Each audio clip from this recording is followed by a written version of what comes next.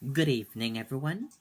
I'm Riley King, and welcome to my evening news report right here on the Riley King Network. Let's begin. Despite snowstorm, voters hit polls for town meeting day.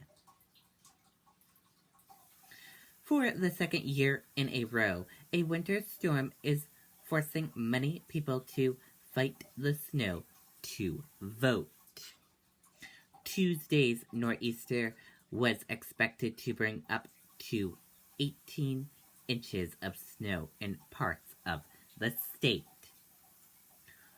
Auburn Town moderator James said that during the 2017 storm, voter turnout was about 30%. He said he expects about the same turnout today. One town over Hooksett officials announced they had already passed last year's totals by noon. Town moderator Cindy said an 8 to 10% turnout would be considered good. Officials urged anyone driving to the polls to take it slow on the roads.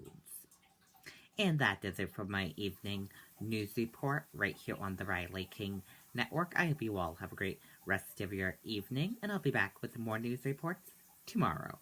Good night, everyone. Bye.